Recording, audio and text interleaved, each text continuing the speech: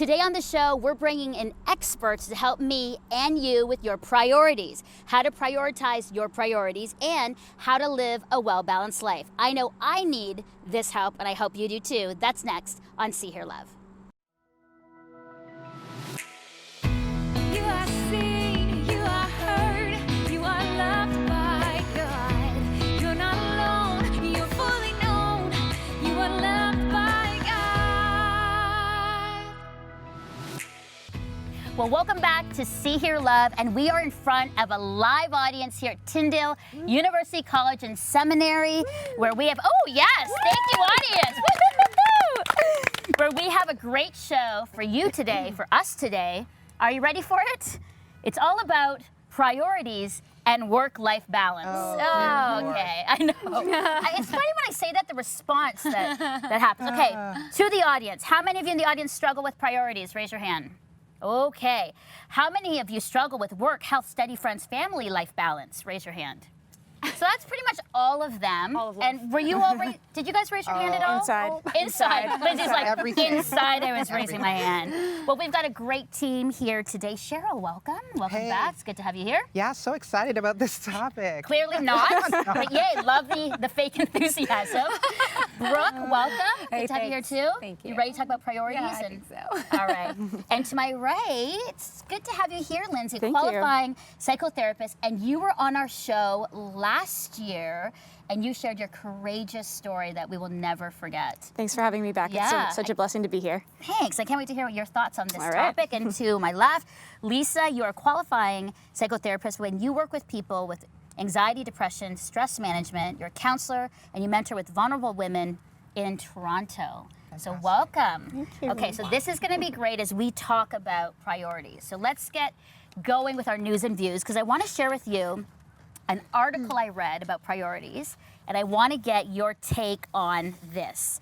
So there was a Gallup Heathways Wellbeing Index survey that surveyed a bunch of employees in the US, and they found that 57% of millennials consider work-life balance and well-being very important to them, but the millennials aren't doing so well in it.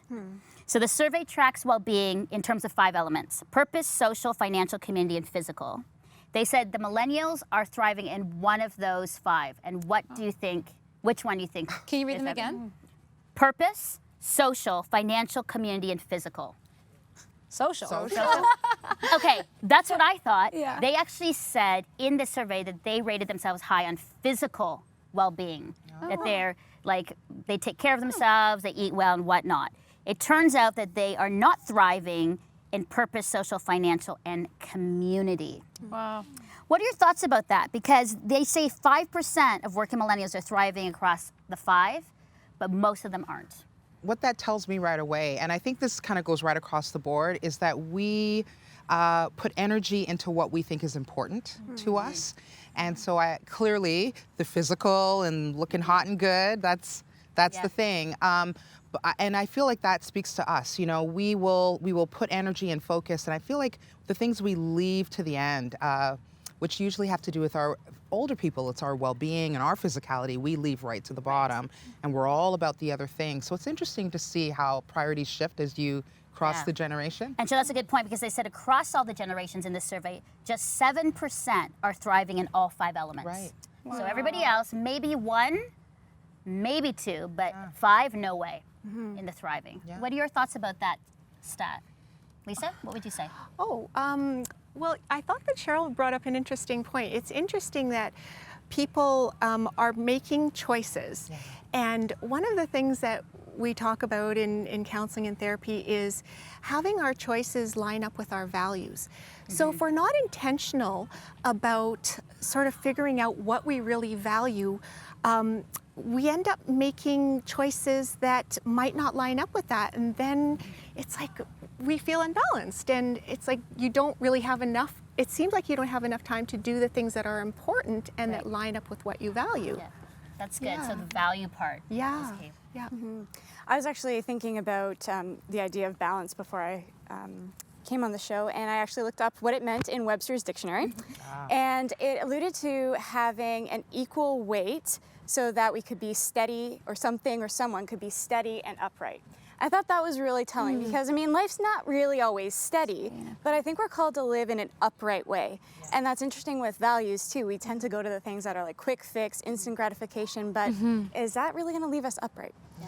So they're not thriving in purpose. And as when you kind of like drill down, it was like knowing who they are, what they're about, gifts, abilities, and pursuing that. Social, interesting enough, but this is social, they said, was community, neighborhood, a growing group of people that will encourage and keep accountability, right? So that's social.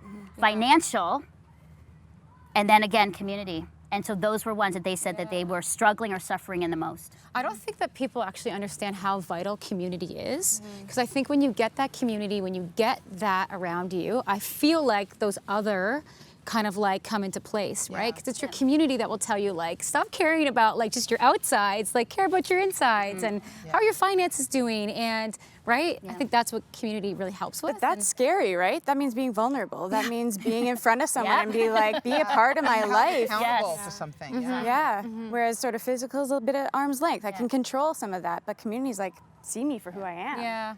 And I think I mean, I was going to be hard on the millennials, but I think that, you know, Gen Xers, boomers, the generations all across the board, I mean, there's all that struggle. It's all we of tend to go us. for this. Yeah, It's all of absolutely. us. They just said when they honed in on this, that's what happened with the millennials being the lowest in thriving in all 5 of those points of well-being. Yeah. Really, Yeah. really good. Well, coming up, we're going to be talking with our team and experts about how should we prioritize when everything seems like a priority, and how we can live a well and healthy, balanced life. That's next. Listen to this episode on the See Hear Love podcast to hear the backstory of the show. Join us on Apple Podcasts.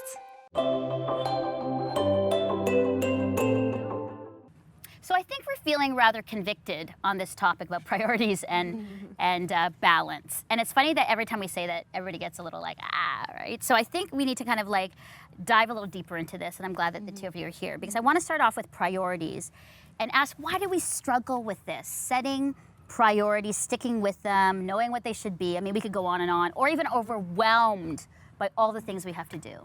One of the reasons is life is so unpredictable, right? Is so we do our best to try to, you know, make a rhythm of life and you know, fulfill our obligations, but it's inevitable that something's going to come our way and distract us. But one thing I think is so hard is that you know, living sort of this steady, balanced life is so counterculture. Our culture is like, go, do more. You mean you should have been this yesterday, and that's really hard to kind of stand up against. Yeah, I'm thinking through this. You're saying it's busy, and we're not slowing down. Yeah. Like hustle, grind, go, go, Go. go. Absolutely. And then you, Achieve. Yeah, you lose focus. And then we lose focus. Like, what even is our priorities? Right. Life is chaotic, and it's causing confusion and struggle with us to say what is actually the priority in that, because it seems like everything is Yeah, important. absolutely. Yeah. You know, I also feel like it's an identity and self-worth issue as well. Like, you know, when I think about a social setting, when you get together and you're in these places and you do the introduction, right? Yeah. It's like, you know, hi, I'm Cheryl, you're Brooke, and then the next question is, so what do you do? Yeah. Yeah. And so there's this pressure to do and to have this sort of great, long, impressive resume. And so, you know, I always I used to struggle, like, I am the grind is me, and I have to have this great, amazing thing to show. And so we have to learn to separate that. And I love what you said in another show, is that you're learning about finding your own identity without the stuff, without the work, without all of the resume. And so that comes with time, little maturity, little life bumps along the way when you realize that it's not so important. Right. But yeah, struggle. And I think the grind and the hustle story is like okay. I don't mean to like, but I think it's like knowing when like to stop. Yeah. You know, when to like, balance that and turn it off for a minute to be. My spiritual director helped me with that, actually. She said, to live a full life, but not a frantic life. And that that's was good, so that's good, amazing to yeah. me. It's like, I mean, Jesus lived a full life, but he was never frantic. Listen, he took a lot of naps. When I'm reading about, Exactly. I'm like, that's my guy. He was napping. He was Take a page out of his book. napping. He was totally confident in who he was. So I'm like, I'm gonna nap. But you have worked. Yeah, you know what? I feel right now the best thing is to nap. So that's what I say. That's why I justify it, having my nap every day. But that's even interesting from a neuroscience point of view, is what rest does to our brain. Yeah. Rest calms our brain. It allows us to make better decisions. It allows us to know who we are Yeah. and what our real calling is. So it's scientific. Yeah. Have those hacks. And the audience is like, yes, and amen. I'm going to say that to now my professor to say, I'm napping, I'm not going to class. That's not what you're going to do. Okay. Lisa, what about your thoughts about priorities? Well, I would just say sometimes we have a difficult time differentiating between what is urgent and what is important. Wow. And we sometimes, when we're choosing how we're going to spend our time, and it is a choice, we have to remember that. We have to look at our motivation. Like, why do I think this is a priority right now? What's the root of that? Am I doing this in accordance with my values? Am I doing this to please someone else? Like, does this line up with my goals? Like, you know, every time we say yes to something, we're saying no to something else, because we do have a limited amount of time. So just thinking about that, how is this going to affect me? How is this going to affect my family, my friends, and the things that I value? Lisa, I like that. To every boss out there that's asking for many things to happen at work, you said it. Okay, boss. Yes to this, which means no to that. And I feel that some of the fear is that we want to be loved and appreciated and accepted, so we say yes all the time to things, right? Yeah, that's right. And actually, what you're saying is that is not healthy. That is not good. Imagine life if we challenged ourselves that every time we say yes, we say no to something else. Girl, Yikes. wouldn't that change everything? Yeah, and I think that's a healthy boundary for any place that we're in. Yeah. Church, school, and at work as well. Okay, let's talk about balance, because this is sort of like a buzzword. Can you really live a balanced life? Is it really possible to have work-life, school-life balance? What does that look like? It's a big question, I know, but it's an important one. Yeah, as I said earlier, it was interesting to hear that definition, right? So to stay steady and upright. And as I said, I don't think it's possible to always be steady in our world with so many unexpected things like family emergencies. But yeah, what does it mean to choose things so that we live in a way that's upright? And I think that that's what Jesus called us to do. Yeah. So live in a way that's upright and holy. And what does that look like? And as you said, Lisa, he chose the way to live, right? And he chose to live in a way that was restful and not frantic. And I think that that's part of how to live this upright life, is choice. Yeah. Well, I'm reminded that's an actual commandment in the Bible, is to have a day of Sabbath, a day of rest. Rest. It's a commandment. It's not like we can't. It's like we don't get to choose if we rest or not. That's an actual commandment. And it's like, are we living by that? And we were actually talking just prior, it's like that takes faith and trust that he will provide. Like taking a day of rest or even living restfully in your days, like saying, okay, Lord, I trust that you're going to meet my needs. See, and that's big, because I think a lot of us get our value from the doing.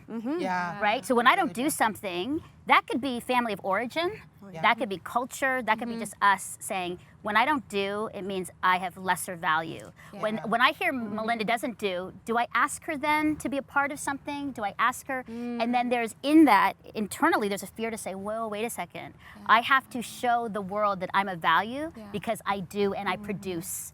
And that is something that we need to counter in what you're saying as far as in our faith, because that's not what our following Jesus and the life with Jesus is about. Yeah, that's right. I feel like there's a spiritual aspect to balance as well. I feel like balance and surrender, for me, they're dance partners. I have to learn to be able to surrender things to God. Not everything's going to get done. I can't say yes to everything. I have to find what is that God thing versus the good thing, because things will look great. Is it for me? Is it part of my path? Is it that thing that God? And so there's a lot of that. And then there's a lot of trusting. I think balance is like we want to hold it all, but there's other hands waiting empty. So you have to be able to be like, okay. And then you find, oh, geez, I can balance. Still there, but I'm not carrying that weight, that frustration, the anxiety of it. Yeah, it's good. Yeah.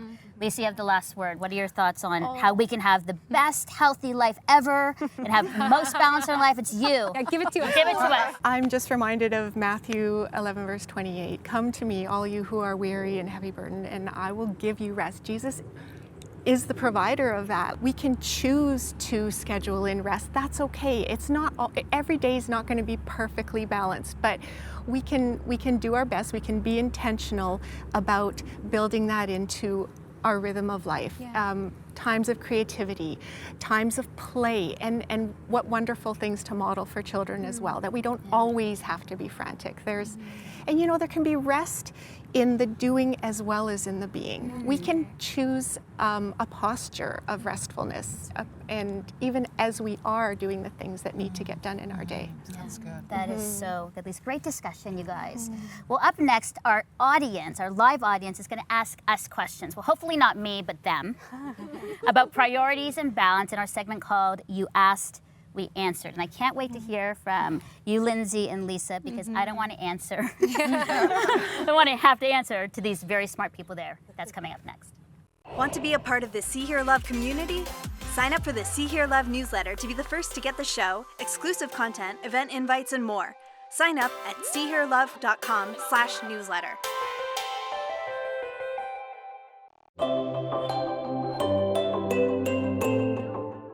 All right, we are back. I'm so excited because this is the part that you asked and we answered. So is the mic ready to go? Yes? Clapping? Yeah. Okay, good. Is our panel ready? You guys ready for this? Yeah. Ready? All right, so Born first ready. question in the audience. Let's hear it. How do we keep healthy boundaries and stay focused on our priorities when we're not always in the best environment or around other people who don't respect that? Oh, Creepers. wow. There are some smart people in the audience. Look at Cheryl's face. Huh? Okay. Okay, then. Wow. Okay, that's a really good one. Who wants to start that with the answer? I don't Lisa, have an Lindsay? answer. Okay. but Oh, the only great. thing that came to me was like staying focused on like what you are called to do. Like Good. when other people like around you are not in it with you, but you can't be swayed by them. You have to stay like remain focused in what God's called you. But you probably have a better answer. Wow, that's a But that's really what came good to me. question. Yeah, that's hard because I'm hearing that might be a few different things. Like in the school setting, is it your roommate that you can't escape, or is it like right? Right. So Right. I'm wondering if there is, as we said, that posture of rest and balance. If there's ways to find, even just 5 minutes during the day to find that place where you know you can study better, or where you can go to sort of clear your head, and it actually can be done. There is little ways. I mean, I find that actually in my car. I used to listen to the news all the time, but I turn it off now, and I find some space while I drive. So there is possible. I don't know if that quite gets Well, to it, I but would say when I listen to that question, it is about maturing. Because, I know that we are impacted by our environment and people, but as you get older, there's a place where you're like, Start to care less. yes, it's like, you know what? I am my own person, woman hear me roar. And so if they're upset about my boundary, if they are upset about my no, if they're upset about my yes, if they're upset about that I'm not going to go with them, that's their problem and issue, not mine. And I know it sounds harsh, but actually that's sort of reality of how we should, I think, live more Yep. in our culture and in our society. Hey, I was just going to say there's got to be some things that are sacred to you, right? And so my peace is sacred to me. My growth is sacred to me. My well-being, mental health is sacred to me. And so there's some things that are non-negotiables for me. And and it's not easy to pull away from everyone and isolate yourself in this, a holy bubble. Bubble, yeah. But what you can do, there are ways to emotionally disconnect and mentally disconnect, which means what you're going to say and this toxic behavior will no longer affect me. I've made a choice. I switch off internally so you can, why we say while out. You can go crazy and be really toxic, but that no longer is going to penetrate me. So I've shifted internally, and then hopefully externally I can get some space, but sometimes you can't do that. So it's just a matter of like making a choice. Hopefully there's one person in your life who can be an anchor, maybe a mentor, someone you trust. Obviously, the Lord, just that true north where sometimes when you need that reset that you can have that little conversation with, have some accountability to your goals and values. And yeah.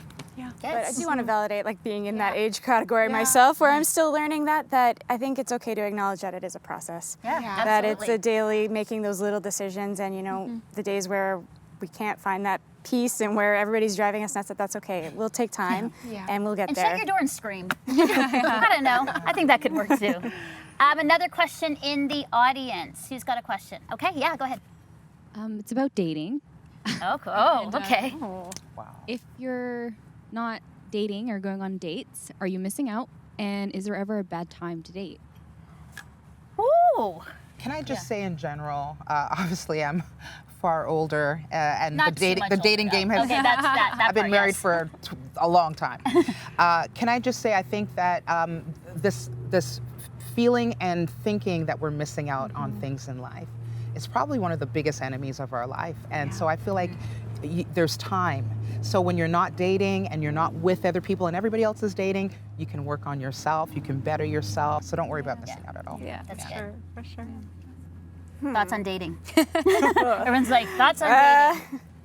Yeah, Brene Brown's one of my favorite authors, and she does a lot on vulnerability and this feeling of living out of scarcity. And I think we tend to do that. And maybe that's actually part of this priorities and overachieving and balancing, is that we feel like there's never going to be enough. Yeah. And I think that that's something that happens with relationships and the need to be loved. That's part of our DNA, being created in the image of God, but trusting that He is enough and He has a plan, and obeying Him. He's outlined what it's like to be in a relationship and to love and be loved, and trusting that that's enough, and in His time it will happen. I like that. Easier said than done, Yeah, I get it. I know. But We're learning. We're all in process. Yeah. That's a great question. All right, who has another question for us? Okay, yeah.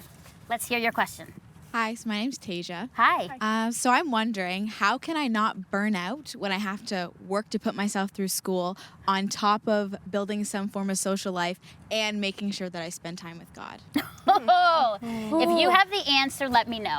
Well, no, I'm just saying. I say that's a good I'm question. currently working through that same question, that same thing, and I hope this helps you, because this is what I'm trying to figure out, is that in each of those categories, you can't be everyone's friend, you can't do all of the things, and you can't be all of the places in all those categories, right? And so in those categories, I believe, and it's sort of working, is like choosing, like I have like, who are my 4 or 3 or 2 friends that I want to spend time with and invest in this season?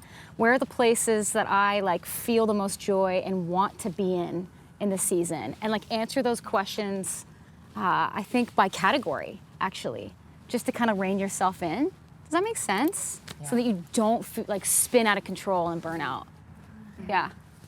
The physical part, because there are physical moments where you know that you're kind of hitting your limit, right? I think we need to understand that a little bit more before we get to burnout. That's what I'm saying, because a lot of people are like, I hear the stories like, they burnt out. My pastor burnt out. My teacher burnt out. Yeah. You know, my boss burnt out. And you're like, were there signs before the burnout that they should have stopped before they went all the way? What would you say with that? Often we'll see that a person will describe feeling disinterested and just losing that spark of joy, that passion for the things that originally gave them lots of energy, that they really enjoyed about their job. I really like what you said, Brooke, about the joy piece, is that finding the things, when you start recognizing that maybe that's happening, is finding the things that do bring joy, that fuel you. What are those foundation pieces that you know energize you to do the things you need to do? For me, that's having some time alone with the Lord. That's getting some kind of physical activity into the day, and taking my vitamins and just doing those kinds of things, that when those things drop out, when I allow them to drop out, everything else starts to crumble. So figuring out what is your fuel and make them priority. They're non-negotiables. You used that word before. Yeah. Is there any, go ahead. I suffered a burnout twice, actually. They're pretty major. And when I made decisions to not go back there again, I had to do some work. And I came up to some big realizations about myself. One is that I don't like letting people down.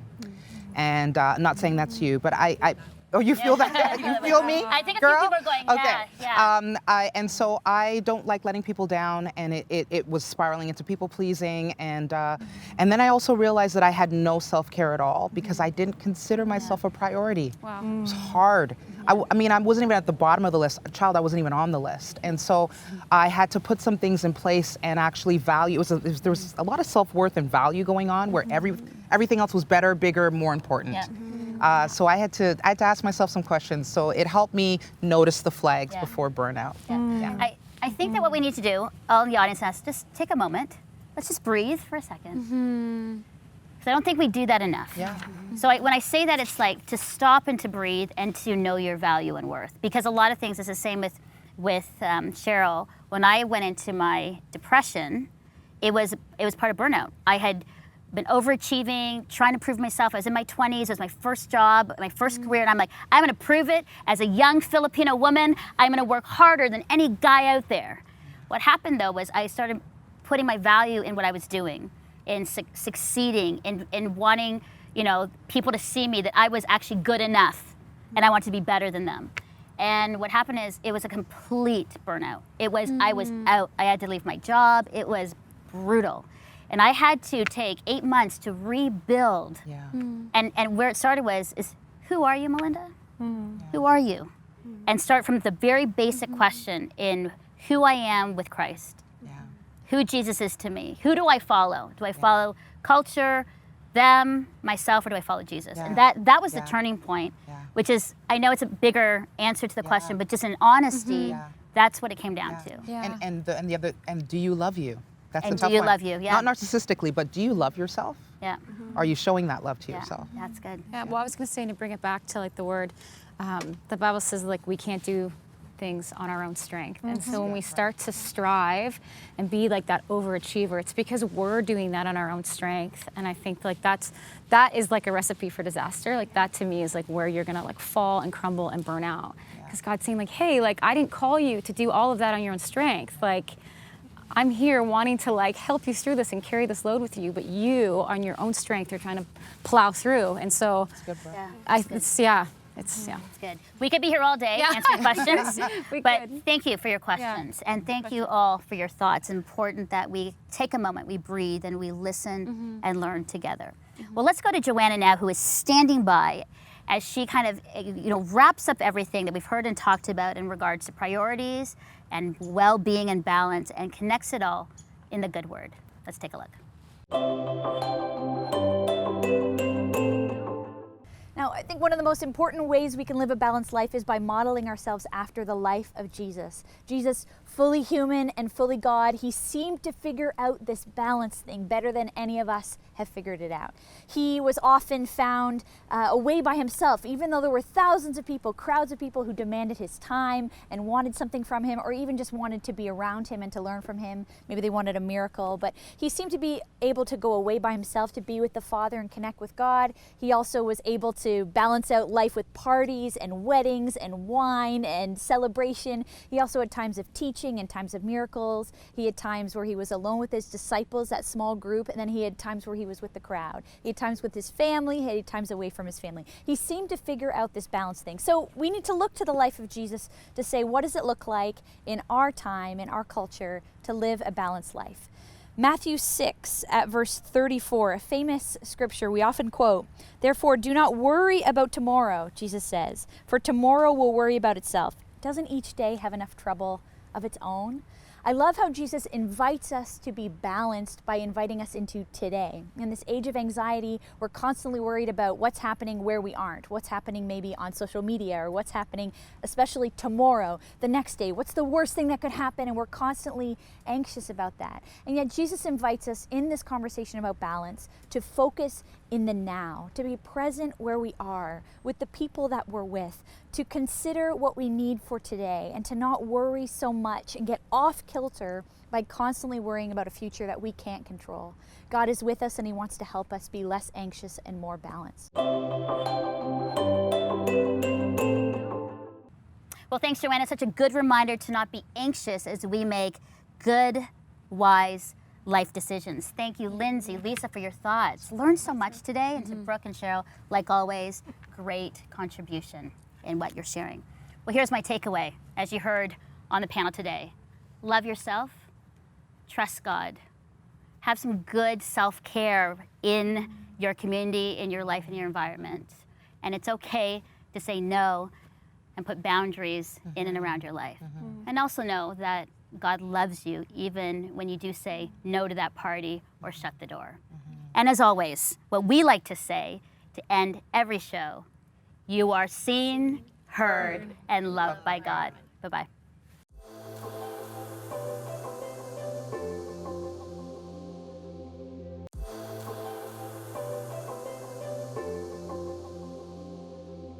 Melinda's Hair by Paolo Merola. Melinda's Clothing sponsored by Denise Boutiques. Clothes for every woman. ShopDenise.ca.